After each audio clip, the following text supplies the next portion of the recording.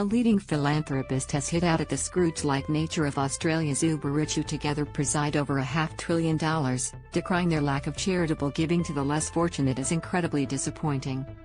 Compared to high-net-worth individuals in other countries, Australia's wealthiest are more likely to cling to their fortunes and turn a blind eye to charities, a new report by the Centre for Social Impact, CSI, which examines philanthropic giving claims. The total wealth of the country's 200 richest people has almost tripled since 2015, up from $195.9 billion to $555 billion, according to the report. Read more. John Farnham Awake, Responding Well and IQ collectively, that tiny, all-powerful group holds 3.8% of Australia's wealth, around $555 billion of an estimated $14,677 billion.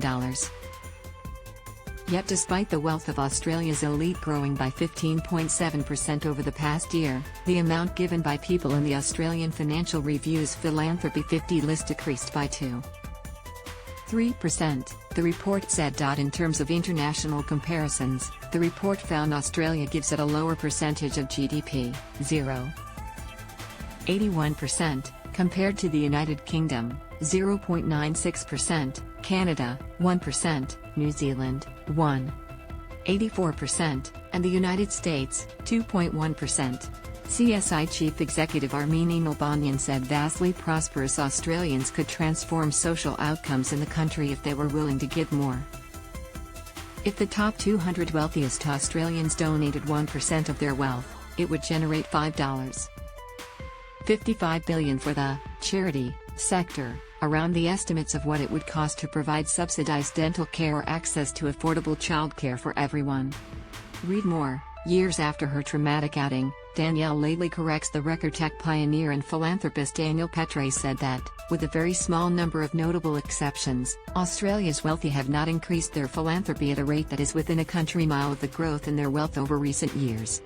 On a global level, and for such a wealthy country, the level of giving among the very wealthy is incredibly disappointing, he said.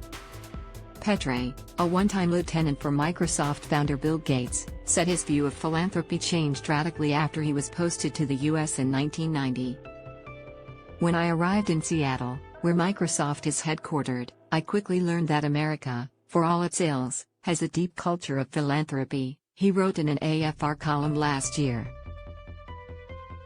If you are wealthy and do not give considerable amounts to charities, you are seen as a pariah. Dinner party conversations are more likely to be about what charities you support and less about the price of your house.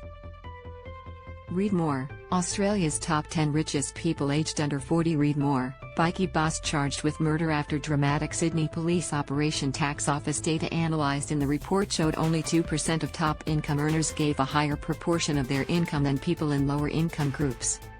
The report found 5% of top income earners give 1% or more of their income, and more than half of top income earners in 2018 to 2019 did not report any tax-deductible donations or gifts at all.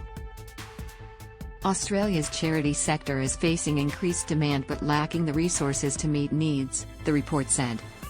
A CSI survey of the charity for purpose sector found 80% of providers were receiving requests for support they could not meet, and 75% reported being financially strained during the COVID-19 pandemic. The top 50 charitable donations in Australia, based on the AFR philanthropy list, were valued at $942 million in the last financial year. Petre has long advocated for Australia's richest to give away much more of their immense wealth to charity.